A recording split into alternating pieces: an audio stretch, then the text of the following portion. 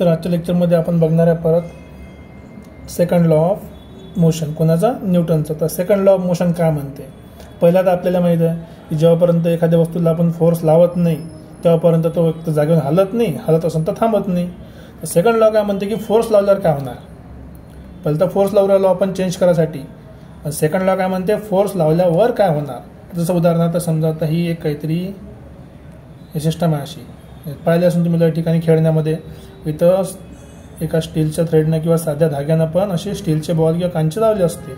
हे जर बॉल तुम्ही इकून सोडला, हा काय करण? टच करण. हा बॉल काय होईल?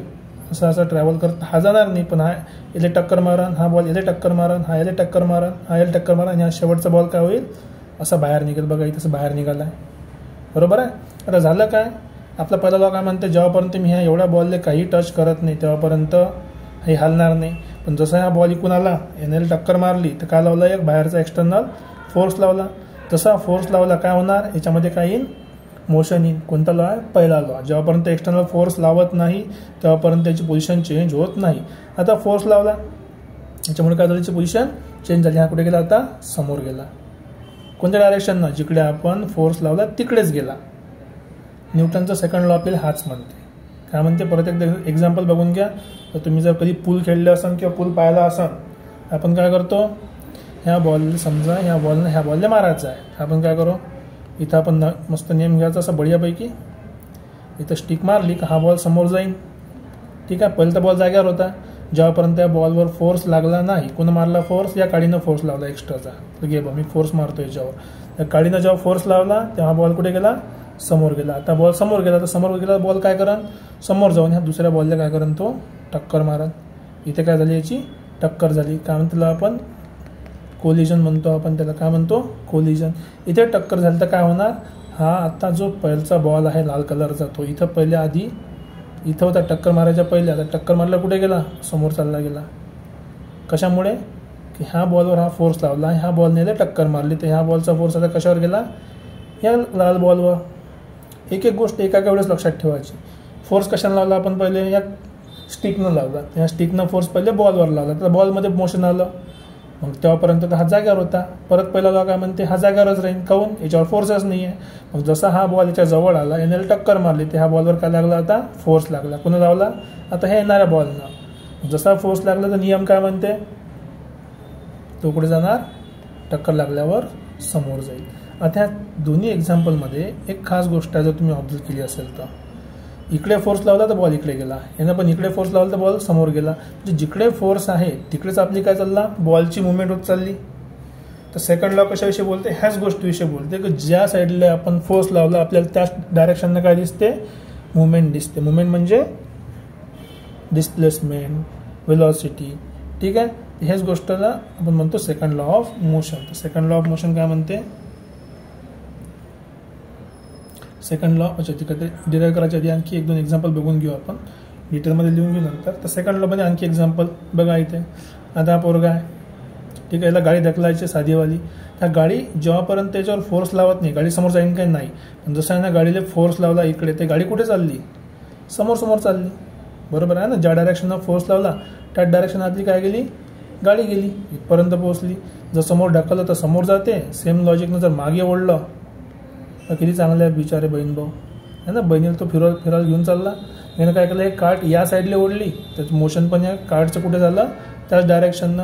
मग ज्या डायरेक्शन तुम्ही ओढला त्या डायरेक्शननं काय लागला आहे? फोर्स लागला. ज्या डायरेक्शन ओढलं डायरेक्शन काय लागला आहे? फोर्स लागला. फोर्स लागला म्हणजे काय झालं? इथे मुवमेंट आलं. मग जर एखाद्या गोष्टीमध्ये मुवमेंट आलं तिथे काय येते? मोशन येते. तिथे काय येते? मोशन येते. मोशन म्हणजेच काय होते? मोशन म्हणजेच काय होते? डिस्प्लेसमेंट येते. जर डिस्प्लेसमेंट होत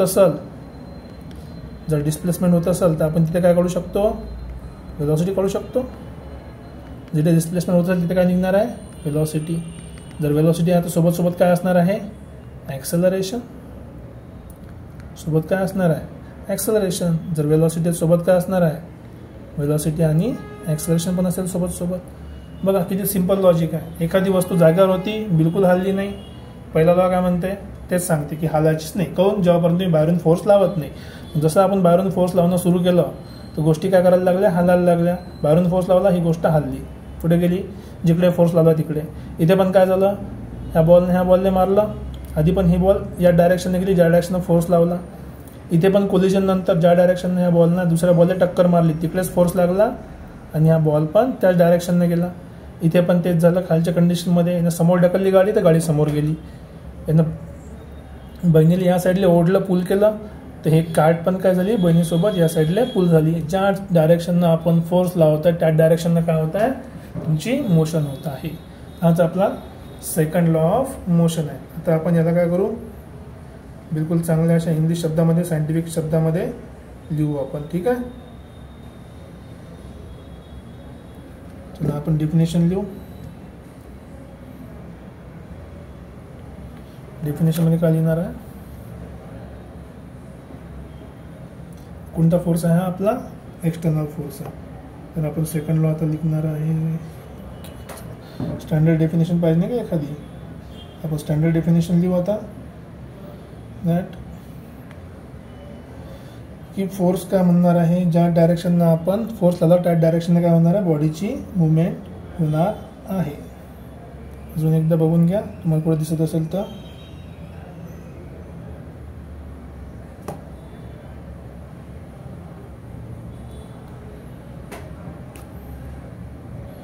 की याच्यामध्ये काय आलं, मोशन आलं. तर मोशनला आपण एक स्पेशल शब्द यूज करतो, इथे मी यूज करतो, त्याला म्हणतो आपण मोमेंटम. मोमेंटम काय असणार आहे आता ते एकदा एक्सप्लेन करतो मी, कारण की डायरेक्ट बिना मोमेंटमचं पण आपण फोर्सची डेफिनेशन लिहू शकतो किंवा न्यूटनचा सेकंड लॉ लिहू शकतो, पण मोमेंटम असलं चांगलं आहे. तर मोमेंटम काय असते, सरळ एखादी गोष्ट जर मूव्ह करू राहिली, ठीक आहे, मूव्ह करू राहिली, त्याला काय असते, वेलॉसिटी, आणि त्याच्यात काय असतं सोबत मास. तर जेवढ्या ताकदनं ते मूव्ह करू राहील त्याला आपण म्हणतो momentum. Momentum is nothing but mass into velocity. आता साधं उदाहरण म्हणायचं, जसं तुम्ही जर बॉल फेकला प्लॅस्टिकचा, त्याचं वजन हलकं असते, मग तो हलका आरामात लागते.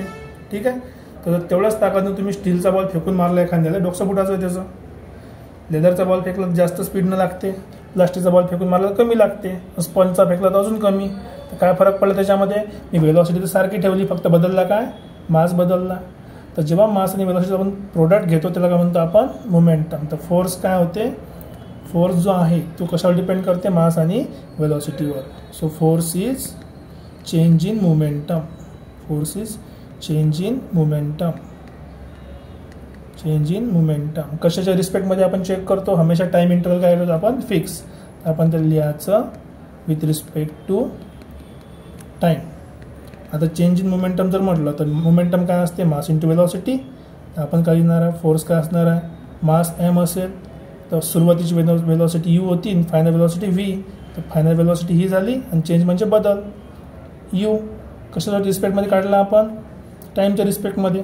तर बघा इथे दोघांमध्ये मास तर सारखंच आहे, कारण एकच बॉल फेकला आपण तर मास बाहेर आला, आतमध्ये करायला V minus U upon T. पण हा तर फॉर्म्युला पाहिल्यासारखा वाटते. हा कायचा फॉर्म्युला आहे, हा आता ॲक्सलरेशनचा आहे. आपल्याला फोर्स इक्वल्स टू काय भेटलं, मास इंटू ॲक्सलरेशन. आता तुम्ही म्हणाल सर आपण फॉर्म्युला काढला, मोमेंट सारख्या गोष्टी लिहिल्या आपण, पण तुम्ही एवढ्या वेळेस सांगू राहिले की फोर्स लावला आणि त्या डायरेक्शननं आपलं डिस्प्लेसमेंट होते, ते कुठे गेलं, ते आता आपण इथं लिहू. दॅट स्टेटमेंट अशी लिहू आपण इथे. स्टेटमेंट आता कशाची, सेकंड लॉची स्टेटमेंट. ठीक आहे, that force is a rate of change of momentum, rate of change of momentum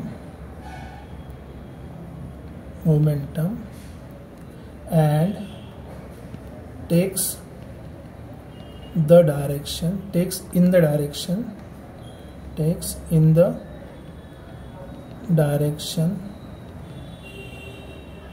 of force applied. ज्या साईडला आपण फोर्स लावला त्या डायरेक्शनने काय होते, मोमेंटम भेटते. तर कोणतं momentum actually, rate of change and motion takes, motion change होते ना त्याची, तर आपण त्याला मोशन लिहू.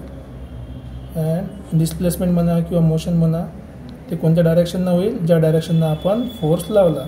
बघा सेकंड लॉ बऱ्याच वेळेस खूप लोकांना कन्फ्यूज करते, कारण की त्याचे खूप साऱ्या व्हरायटीज आहे. व्हरायटीज म्हणजे बघा इथे जेव्हा आपण लिहिलं, इथे आपण फोर्सविषयी लिहिलं आहे आणि फोर्समध्ये आपण फॉर्म्युल्यामध्ये मास इंटू ॲक्सलरेशन काढलं, पण इथे लिहिलं चेंज इन मोमेंटम.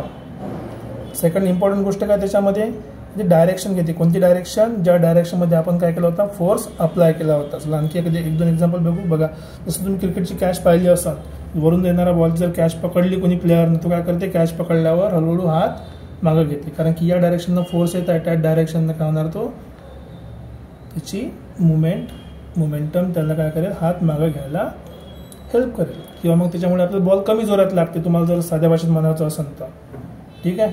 जसं समजा एखादा व्हॉलीबॉलचा प्लेअर आहे, हा काय करणं, ह्या बॉलला डायरेक्शननं मारा, स्पाईक, याला काय म्हणतो आपण, स्पाईक करणं म्हणतो बॉलला. जर बॉलला या डायरेक्शननं मारला तर बॉल कुठे जाईल, समोर या डायरेक्शननं. कारण की ज्या डायरेक्शननं आपण फोर्स लावला, आपल्याला त्या डायरेक्शननं काय भेटलं, डिस्प्लेसमेंट म्हण, किंवा वेलॉसिटी म्हण, किंवा ॲक्सलरेशन म्हण. परत एकदा तुम्ही व्हॉलीबॉल फेकला, बास्केटबॉल फेकला असेल, ज्या डायरेक्शनने बास्केटबॉल फेकला त्या डायरेक्शनने बॉल काय होईल, वर जाईल, खाली येईल. त्याचं आणखी एक नोटेशन जे आहे, जसं आपण म्हणू शकतो की सेकंड लॉला काय म्हणायचं, तर force is proportional to momentum पण म्हणतात बरेच वेळेस. मोमेंटम आता प्रोपोर्शनल वगैरे काय आहे, त्यात पडायची गोष्ट नाही. नाही तर महत्त्वाची गोष्ट काय, ज्या डायरेक्शननं फोर्स लागला त्या डायरेक्शन तुमचं काय होणार, डिस्प्लेसमेंट, ठीक आहे, किंवा वेलॉसिटी, किंवा ॲक्सलरेशन. यात कन्फ्युजन करायचं नाही, कारण की बऱ्याच वेळा कन्फ्युजन काय होते, समजा आता तुम्ही झाडावर चढत आहे, तुम्ही काय करताय, झाडावर चढताय, चढताना तुम्ही झाडाला तर खाली ओढता, पण तुम्ही तर वर चालले. मग तुम्ही म्हणाल, सर मी तर फोर्स खाली लावून राहिलो आणि वर चाललो, असं कसं? तुम्ही तर सेकंड लॉमध्ये म्हटलं आहे की ज्या डायरेक्शननं फोर्स लावला आपण त्याच डायरेक्शननं आपलं काय व्हायला पाहिजे, मोशन व्हायला पाहिजे. बरोबर आहे ना? असंच म्हटलं ना आपण, असंच म्हटलं ना. हो, ते असं का बरं होते ते आपण बघणार आहे थर्ड लॉमध्ये. म्हणजे बघा, प्रत्येक गोष्ट जे तुम्हाला दिसते डोळ्याने ते कशावर डिपेंड करते, पहिल्या दोन लॉवर झाले की जेव्हापर्यंत वस्तूला तुम्ही त्रास देणार नाही, फोर्स लावणार नाही, त्याची मुवमेंट होणार नाही किंवा तो थांबणार नाही. आणि जर तुम्ही त्रास दिला तर तो कोणत्या डायरेक्शननं जाईल, ज्या डायरेक्शननं काय आपला फोर्स आहे. ठीक आहे. सो फोर्स कशाचं रिझन आहे, फोर्सेस गिव्स डायरेक्शन म्हणा आपण. कशाला डायरेक्शन, कशाला डायरेक्शन देते ते, डिस्प्लेसमेंट, वेलॉसिटी किंवा ॲक्सेलरेशनला. ठीक आहे. तुम्ही आशा करतो की तुम्हाला सेकंड लॉ ऑफ मोशन समजला असेल. तर नेक्स्ट लेक्चरला आपण बघू थर्ड लॉ ऑफ मोशन. जर तुम्हाला आवडलं असेल तर लाईक करा, शेअर करा, सबस्क्राईब करा आणि होईल तेवढ्या लोकांपर्यंत कन्सेप्ट पोहोचवा. थँक्यू.